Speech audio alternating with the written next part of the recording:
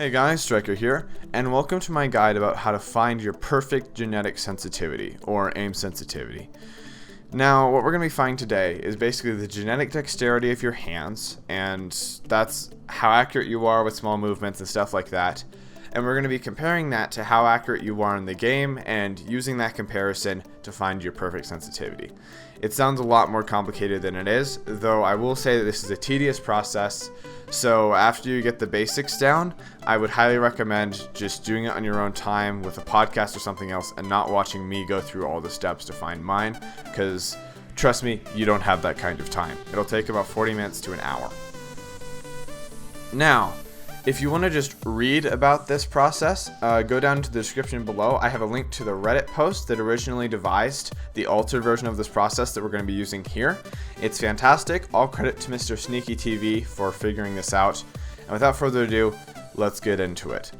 Now we're in a training environment, and I can actually show you guys how to do this process. So if you're an Overwatch player, come to the practice range, come to this area, and look at this little light. If you're a CSGO guy, make sure to get into one of those solo bot maps so you can actually start to look around and, actually be in a place to practice your accuracy. If you're a World of Tanks player, World of Warships, get in a training room or something like that so you can practice your accuracy. It's the same sort of deal. Basically, find an area where you won't be disturbed, you can shoot people, and they're actual live targets for you to fire at, so you can test your accuracy. Now, let's get this done. So the first thing we're going to do is we're going to check our 360 sensitivity. Or, in other words, we're going to figure out at what sensitivity setting does moving your mouse across your entire mouse mat equal one full rotation in the video game. So I'll demonstrate this real quick. The way you'd find this out is that you start with your mouse to the edge of your mouse pad, lift it up, and then you drag it all the way across after looking at a specific object, which you can use to count rotations. So I'll start right here. That's one rotation. It's two rotations. That's 3 1/4 rotations. So, not even a quarter, it's about a quarter of a quarter, so about an eighth. So 3 1/8 rotations means that I need to check my sensitivity and divide it by 3 1/8. So 12 divided by 3 1/8, according to my calculations here, is about 3.91, 3.92. So let's put it in 3.92 and then let's check it.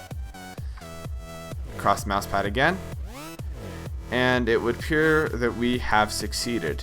Exactly one rotation across our mouse mat, or exactly one crossing of our mouse across our mouse mat is now equal to one rotation in the video game. That's perfect. Now we need to do some math. So you're going to want to take your 360 value, or what we just calculated for your sensitivity, and multiply it by two numbers, 0.5 and 1.5. And then what you're going to do is you're going to use these numbers and you're going to test which of these numbers basically gets you to be more accurate with your tracking of targets and everything. It's not the number that feels better to you, it is the number that makes you more accurate after a couple minutes of playtime. So that's a very important distinction, and I'll demo it just so you guys can see. 3.9 times 0.5 is equal to 1.95.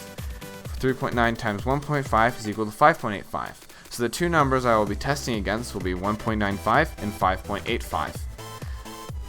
So I will go and I'll set this to 1.95.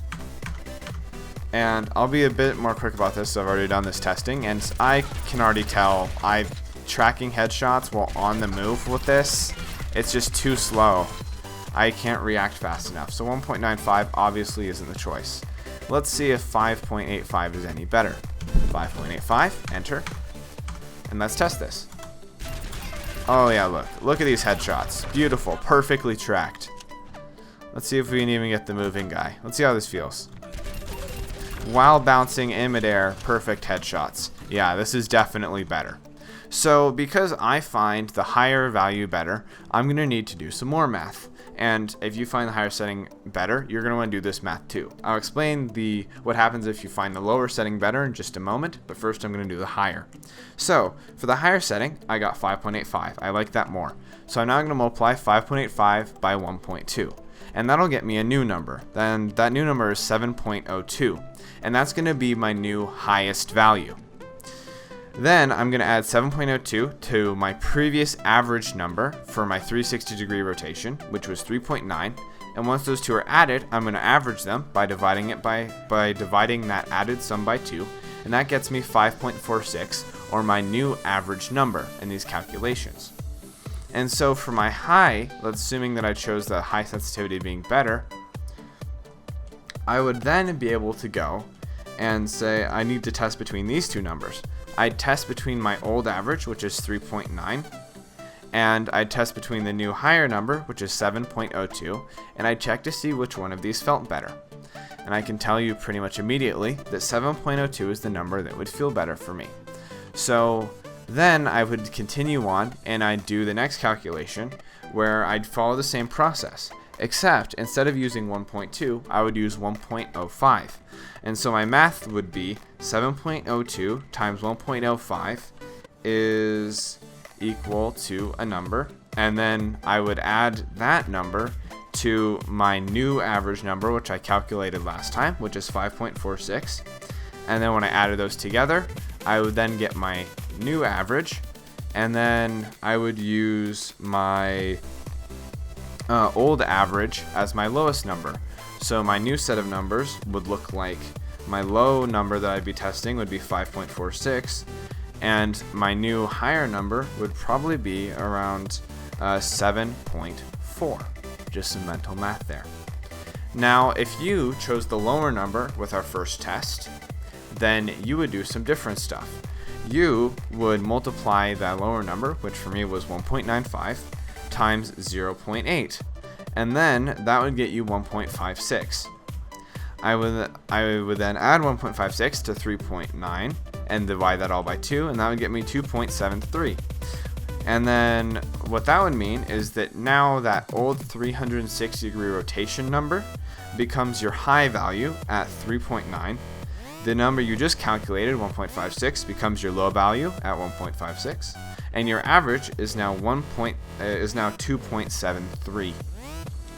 And then if you found, let's say you found the lower number again better, you would multiply that lower number by, instead of 0.8, 0.95, which would get you a different number, which you would then again add to your new average number, which we calculated last time is 2.73. And then you divide that all by 2, and you get your new average for your next calculation. And then you'd have your high number be your old average, which was 2.73. You'd have your average be the number that you just calculated by adding your predicted value to your previous average and then dividing by 2. Then you'd have your low number, which you just calculated. And that would be how you do this method. And so you continue on using these smaller and smaller increments of 1.05 and 0.95 to do these multiplication problems until you found what felt to you like a very, very good balance. And so for me, after doing 3 sets of these, I was between the number values of I think it was 5.55 and 5.69. And I found that 5.69, if it'll let me type it in, was the best value for me through a bunch of testing. It allowed me to track targets like nobody's business. And that's how you use this math. So if any of that was complicated, feel free to pause and rewatch the video, or go through and look at the Reddit forum post, because it's very well written, and although it's also a bit more although it's also complicated, it's probably easier to see it in writing than to just see it in the video. So that is linked down below. If you didn't like the video, dislike it. Do if you like it, and have a nice day, everybody. STRAIKER out.